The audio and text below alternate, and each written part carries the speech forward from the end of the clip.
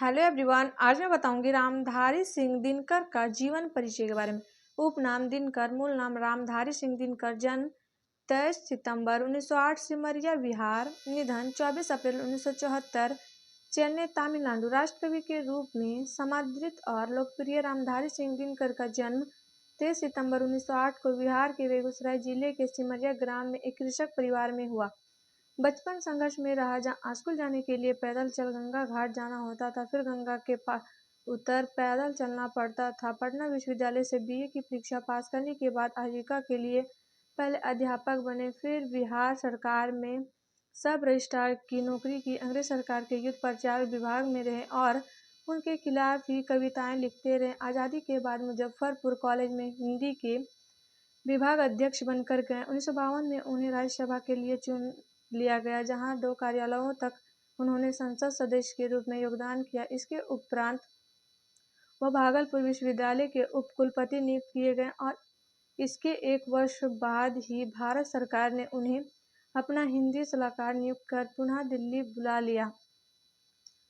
ओज विद्रोह आक्रोश के साथ ही कोमल श्रृंगारिक भावनाओं के कवि दिनकर की काव्य यात्रा की शुरुआत हाई स्कूल के दिनों से हुई, जब उन्होंने रामवृक्ष बेनीपुरी द्वारा प्रकाशित युवक पत्र में अमिताभ नाम से अपनी रचनाएं भेजनी शुरू की।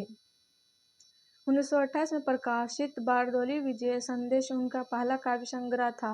उन्होंने मुक्तक काव्य और प्रबंध काव्य दोनों की रचना की। मुक्तक काव्यों में कुछ गीति काव्य भी है। कविताओं के अलावा उन्होंने निबंध, संस्मरण, आलोचना, डायरी, इतिहास आदि के रूप में विपुल गद्य लेखन भी किया।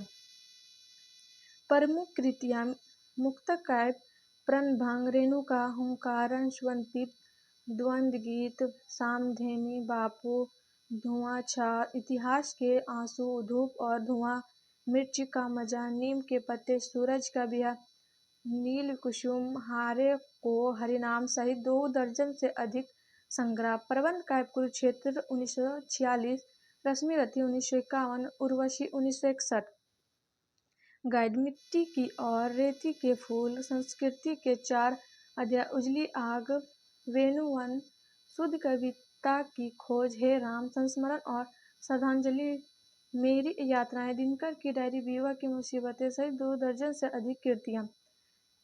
रामधारी सिंह दिनकर को संस्कृत के 4 अध्याय पुस्तक के लिए साहित्य अकादमी पुरस्कार से और काव्य कृति उर्वशी के लिए ज्ञानपीठ पुरस्कार से सम्मानित किया गया। भारत सरकार ने उन्हें पद्म भूषण से अलंकृत किया। उनकी स्मृति में भारत सरकार द्वारा डाक टिकट भी जारी किया गया। और आप लोग को वीडियो अच्छी लगी तो please like and subscribe my YouTube channel and share जरूर करें।